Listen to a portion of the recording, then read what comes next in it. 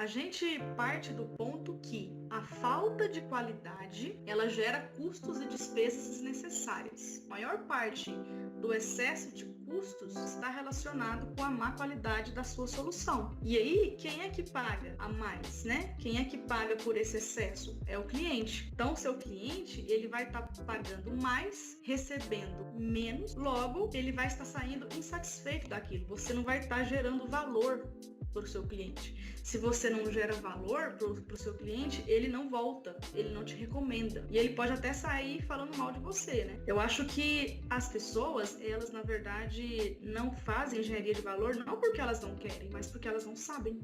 Elas não sabem que isso existe.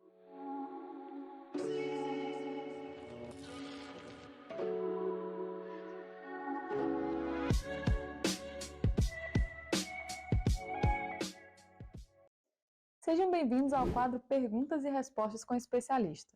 Nesse espaço, nós vamos discutir assuntos relacionados a instalações elétricas e traçar estratégias para que você possa lucrar mais, economizar tempo e melhorar a qualidade dos seus projetos, obras e orçamentos.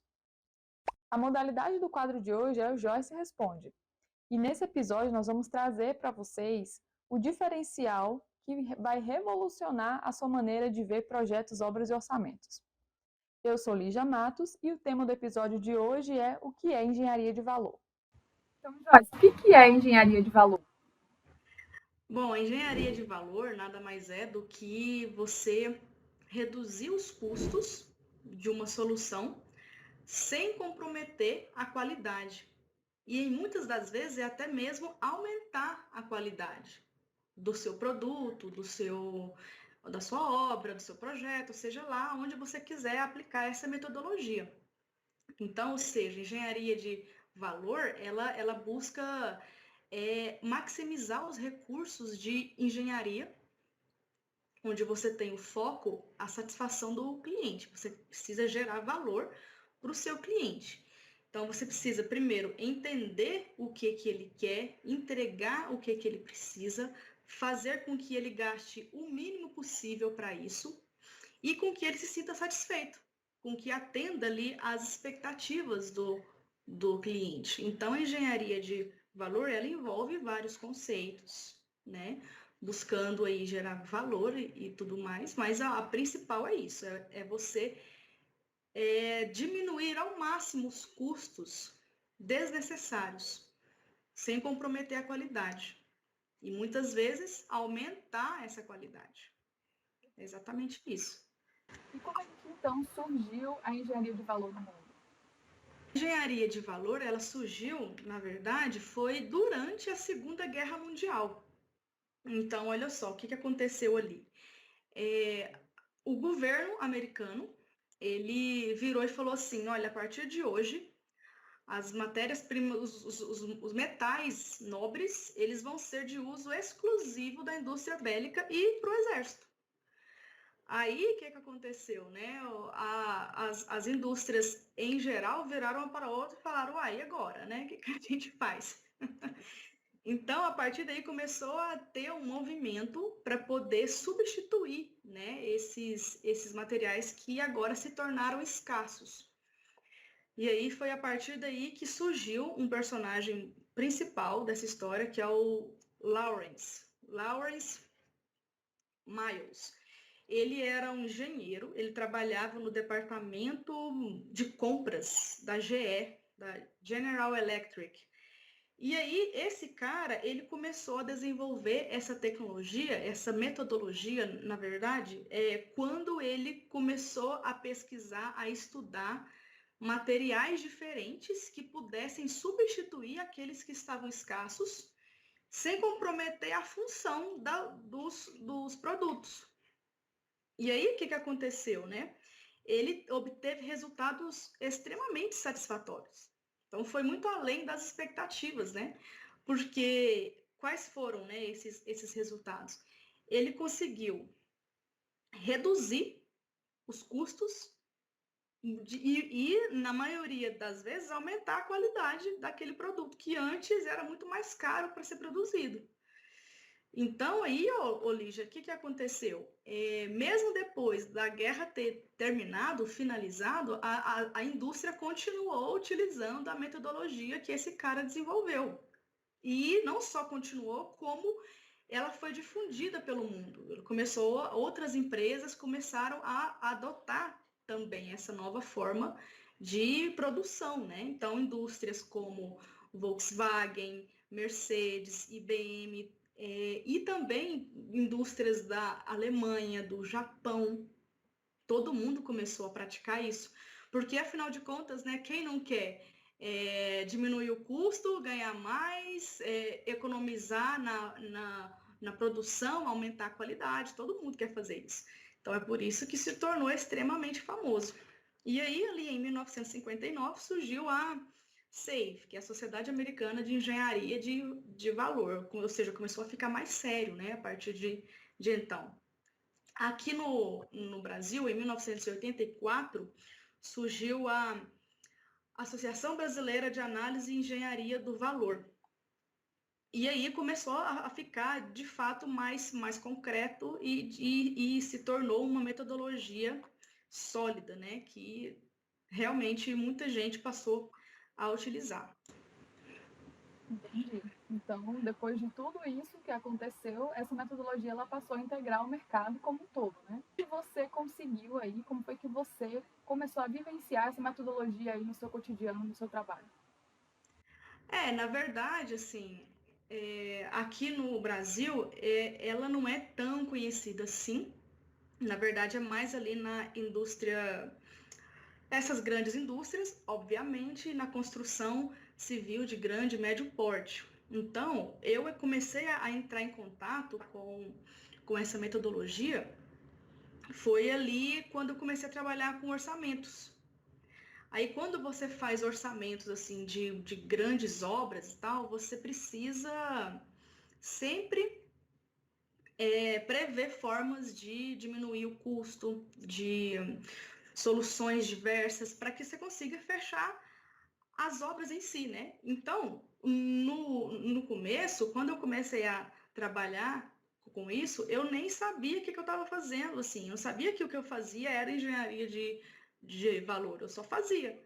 Depois que eu fui entender, isso daqui que eu faço, então tem uma metodologia, tem todo um estudo em cima disso daqui, de fato é uma coisa muito bem estabelecida.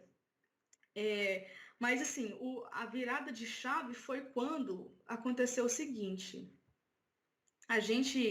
quando você é um orçamentista e você vai orçar uma indústria, por exemplo, né, você recebe ali todos os projetos do cliente. Então, a primeira coisa que você faz é analisar tudo. Você tem que entender o projeto inteiro e já olhar o projeto pensando aqui em soluções melhores, em maximizar o custo, porque sempre vem projetos caros que para executar aquilo é muito difícil, que se você for cotar tudo do jeito que o projetista fez, vai ficar inviável.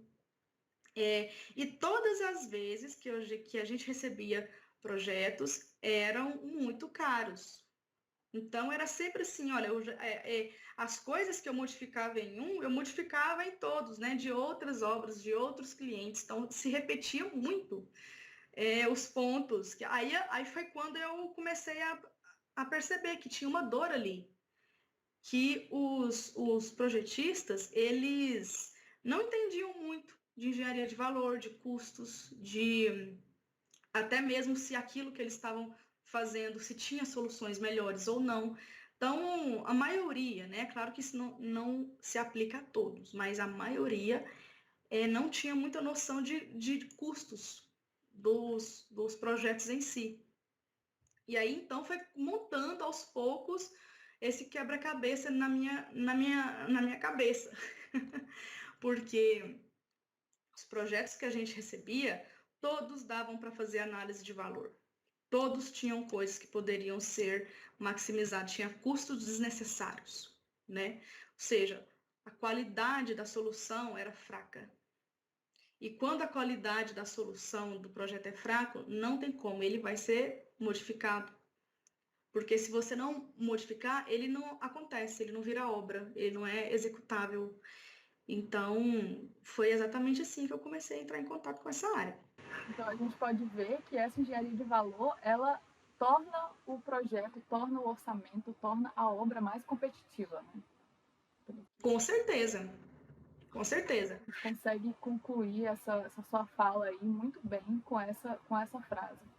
Então, a engenharia de valor é o ponto-chave que vai tornar ali o seu trabalho, se você trabalha com projeto, obra ou orçamento, vai tornar ali o seu dia a dia, né, sua entrega ali mais competitiva para o cliente final. Essa competitividade, ela é apenas um dos benefícios que você tem, né, com engenharia de valor. Então, ela é quase que uma consequência. Porque o que você faz? Você está reduzindo custo. Se você reduz custo, você já se torna mais competitivo. E, além disso, você aumenta o seu lucro. Entendeu? Então, ou seja, uma coisa vai puxando a outra. Você melhora a qualidade.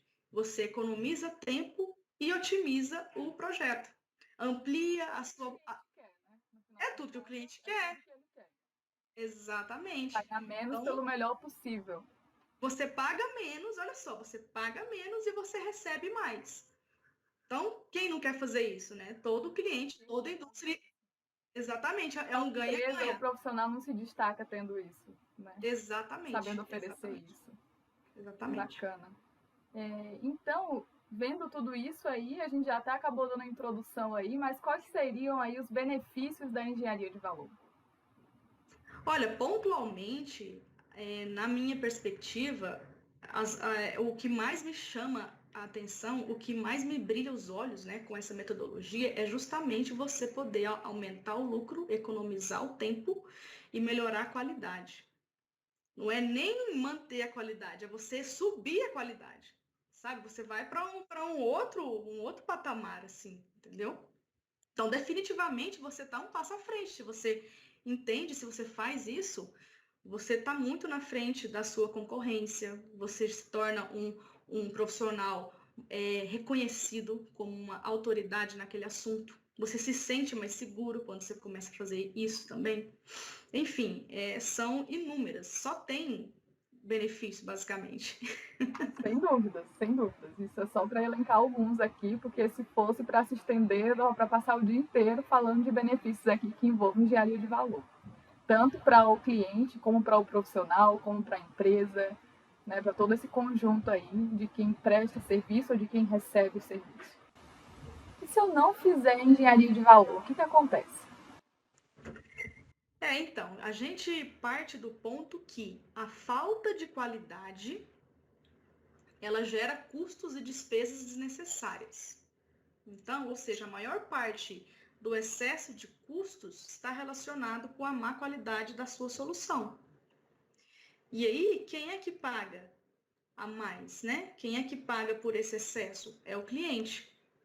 Então, o seu cliente, ele vai estar pagando mais, recebendo menos, logo, ele vai estar saindo insatisfeito daquilo. Você não vai estar gerando valor para o seu cliente. Se você não gera valor para o seu cliente, ele não volta, ele não te recomenda.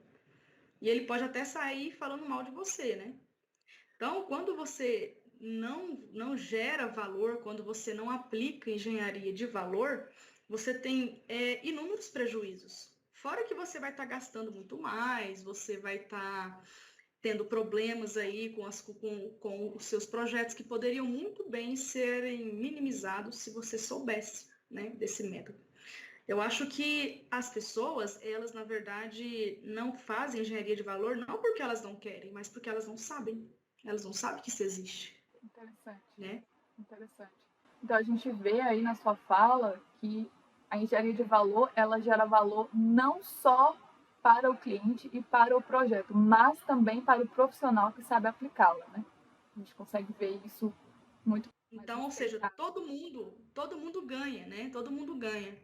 O cliente ganha, o projetista ganha, quem está ali executando a obra ganha também, isso voltado para a engenharia civil, instalações e tudo mais. Então, ou seja, não tem por que você não fazer isso. Então, Joyce, falando aqui um pouco sobre instalações elétricas, como é que a gente consegue aplicar engenharia de valor em instalações elétricas? Olha, agora voltando, né, essa metodologia e aplicando isso no nosso nicho, que é instalações elétricas, mais subnichado ainda. É uma forma a forma mais clara, né, de você aplicar isso para que você obtenha mais sucesso é quando você tem noção das 3 áreas das instalações. Então, quais são elas? Teoria, você ter um domínio teórico, uma teoria forte, você ter noção de aplicações e execução, e por último, você ter noções de custos. Então, eu costumo brincar, né, que são as 3 bases, ou então falar que é as 3 dimensões. Seria um profissional 3D, ele tem uma visão panorâmica dessas 3 realidades, e ele não separa, ele não ignora nenhuma. Ele sempre leva as 3 em consideração, seja lá o que ele for fazer. Se ele for dimensionar um cabo, ele vai pensar quanto custa, como poderia ser melhor, né? Ele sabe dimensionar para começar, ele sabe fazer os cálculos e tudo mais. E também ele sabe como é que ele vai executar aquilo. Na prática, como é que eu vou puxar esse cabo? Como é que eu vou conectar esse cabo, né? Então, começa por aí. Começa com você acordando, assim, é como se você despertasse. Nossa, existem essas 3 áreas, eu preciso ficar sempre atento. Assim, eu tenho três antenas, e essas 3 antenas precisam estar antenadíssimas, antenada, né? Estarem conectadas, né? Fazendo esse profissional ser um profissional completo e entregar o melhor da Exatamente. área. Muito Exatamente. boa essa sua colocação aí. Joyce, se você consegue dar para a gente exemplos práticos de como é que a gente consegue estar fazendo essa aplicação de engenharia de valor em instalações elétricas? Só para ficar mais claro aí para quem está vendo ou ouvindo a gente, não tem contato com essa área, né? Para que essas pessoas possam ter uma clareza maior de, poxa, como é que eu vou conseguir aplicar isso assim de fato aí na instalação elétrica? Então, na prática mesmo, tá? No dia a dia, como é que a gente pode usar essa metodologia? Olha, é bem simples. Por exemplo, você recebe um projeto ou você vai fazer um projeto, tal, luminotécnico. Vou usar o exemplo do projeto luminotécnico. E aí, isso já aconteceu comigo várias vezes. Aí eu recebo um projeto, aí eu começo a analisar ele, e aí de cara eu já vejo que tá muito caro, que as luminárias são muito caras e muitos pontos, né, de luminária, e eu já começo a questionar, gente, será que precisa dessa quantidade de luminárias? Porque existe uma norma, né, que é NBR 8995, que ela determina a quantidade de lux, no mínimo, que cada ambiente precisa ter. Então, quando você recebe um projeto onde você começa a perceber que está exagerado, você já começa a se questionar. Eu acho que aqui está tendo mais do que precisa. Então, a primeira coisa que eu faria era isso. Aí eu vou lá na norma, consulto, vejo quantos lux precisa e eu vou consultar o projetista. Olha, você está considerando quantos lux aqui nesse ambiente? Ah, estou considerando X. Aí eu percebo, está considerando mais. Então, primeira coisa é isso, você verificar se está atendendo a norma. Se tiver atendendo, não tem o que fazer, porque você não pode diminuir a qualidade, né? Você tem que, no mínimo, atender todas as normas, está tudo certo, né? E se não, se tiver acima, aí você pode fazer uma reengenharia. Aí você vai dimensionar novamente para atender o que a norma 8995 pede. Então, você já conseguiu diminuir ali a quantidade de pontos. E aí, a outra coisa que você pode fazer é também verificar as especificações e os possíveis fornecedores de luminárias, porque alguns entregam a mesma qualidade de produto por um custo bem mais baixo. Então, é você ter essa relação também com os fornecedores. Então, só de você mexer ali na distribuição e você mexer ali nessa parte de fornecedores, você já consegue reduzir bastante. E também porque luminárias, quando você conhece ali quais são os principais elementos de uma instalação elétrica, você sabe onde é que você pode pôr a mão que vai ter uma diminuição significativa no custo. E luminária é uma dessas opções. Nossa, sensacional. De tudo isso aí, só para fechar aqui essa nossa exposição de conhecimento em relação a esse assunto, você poderia dizer quais são os itens que podem ser feitos em engenharia de valor em instalações elétricas, né? Dando uma continuidade aí da sua frase, sua última frase aí, que tem alguns lugares que a gente já sabe que pode mexer ali para ter um resultado significativo, né? Quais seriam esses pontos aí? Quais seriam esses materiais que a gente pode estar dando uma olhada com mais carinho aí? Olha, nesse caso, é o quê? Os itens curva A das instalações elétricas. Mas aí, Joyce, quais são os itens curva A? Bom, depende do uso da edificação. Então, edificação industrial tem uma curva A, edificação comercial tem outra, residencial tem outra. Então, primeira coisa é você ter o conhecimento da curva ABC de cada edificação, de cada uso. E aí, tá, tô trabalhando aqui, por exemplo, numa indústria, né? E aí você conhece a curva ABC, então você sabe, olha, se eu mexer aqui em equipamentos, em luminárias e em cabos, eu vou ter uma redução muito boa, porque os itens de curva ABC, na verdade, não ABC, os itens de curva A, eles representam 80% do custo da sua instalação. Então, a primeira coisa é isso, é você conhecer a curva ABC de cada uso, e aí, dependendo do uso da edificação, você vai trabalhar em cima daqueles itens.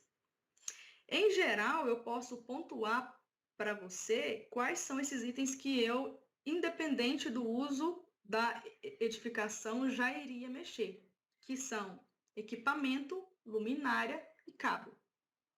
São os itens mais caros que você tem. Você pode ter, porque tem algumas edificações que os equipamentos não são tão significativos assim, aí você vai para a luminária. Então, provavelmente, a luminária é o item mais caro, né? E por aí vai. Mas, de forma geral, são 5 itens: equipamentos, luminárias, cabos, infraestrutura e quadros e painéis. Perfeito. Você falou de cabo, e aí, cabo é um item extremamente interessante, porque além dele ser caro, ele é em grande quantidade.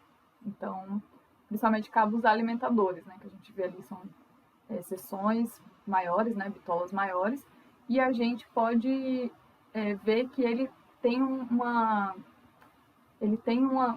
sensibilidade maior em relação à influência do valor final da obra, né? Então, tem muito interessante. Já equipamento, ele é caro, mas, em compensação, ele não é em grande quantidade, né? No geral, né? Você não vai usar, sei lá, 20 transformadores. Dependendo da indústria, até é possível, né? Mas não é comum. Já cabos, não. Exatamente. Cabos a gente vê não, sim. Os cabos alimentadores, olha só, eu já fiz um estudo a respeito disso, eles representam 80% do custo dos cabos, mas eles representam nem 20% do quantitativo total de cabo. Então, ou seja, você tem cabo alimentador e cabo de circuitos terminais. Os cabos de circuitos terminais, eles são muito mais em quantidade, mas não em custo, entendeu? Agora, os cabos alimentadores, não, eles são menores em relação à quantidade e muito maiores em relação a custo. Então, se você precisa reduzir os custos ali, você pode muito bem ir de cara nesses cabos alimentadores, porque não adianta você mexer nos terminais, não vai fazer muita diferença, mas os cabos alimentadores fazem, e muita diferença mesmo. Então, só para fechar esse raciocínio, a gente tira aí de que os cabos, a soma de todos eles, né, vai ter aí uma mega importância aí na nossa curva A, né? É um item de alta importância, de alta influência aí no valor final. Dentro desse universo, a gente vai ter uma subdivisão de 2 itens, que seriam os cabos alimentadores e os cabos ali que alimentam os circuitos terminais. E a gente vê que esses cabos alimentadores, eles são em menor quantidade, porém o valor vai lá para cima. E já os cabos de circuitos terminais, embora a quantidade deles seja absurda, né, de grande, mas nem por isso o valor final da soma de todo ele ali, no universo cabos, vai fazer uma diferença tão significativa no final das contas. Muito interessante. Exatamente. Depois a gente pode até gravar aí uma outra conversa só falando sobre cabos, porque é muito interessante, tem muita coisa aí a respeito desse tema, dá para tirar muita coisa, muito mesmo. Cabo é um item que qualquer engenheiro que trabalha nessa área tem que ter muito conhecimento, porque não é só ir lá e mexer e pronto, né? Você tem que saber se você pode. É aí que eu falo que o engenheiro ele precisa ter o domínio dessas três áreas. Porque se ele for muito prático, ele só vai reduzir tudo, tira, sendo que não é bem assim. Você tem que tirar onde você sabe que você pode mexer, que não vai comprometer a qualidade, que não vai com segurança, exatamente, que não vai comprometer ali a qualidade da obra, a segurança, porque tem que estar tudo de acordo com as normas. Não pode sair disso. Qualidade aqui na engenharia de valor, ela não é uma opção, ela é uma premissa. Você começa em cima da qualidade. Aí a sua meta é subir, entendeu? O mínimo de custo possível, mas sem mexer nesse ponto tão importante que é a qualidade. Exatamente, exatamente isso. Bom, gente, então essa foi a nossa conversa aqui com a Joyce a respeito de engenharia de valor. Joyce, muito obrigada por ter dividido aqui todo o seu conhecimento com a... Bom, gente, então era isso que a gente tinha para falar para vocês aqui em relação à engenharia de valor. Continue acompanhando aí os nossos conteúdos, nos siga nas redes sociais e a gente se vê na próxima. Tchau, tchau. Então, tchau, gente. Um beijo. Até a próxima.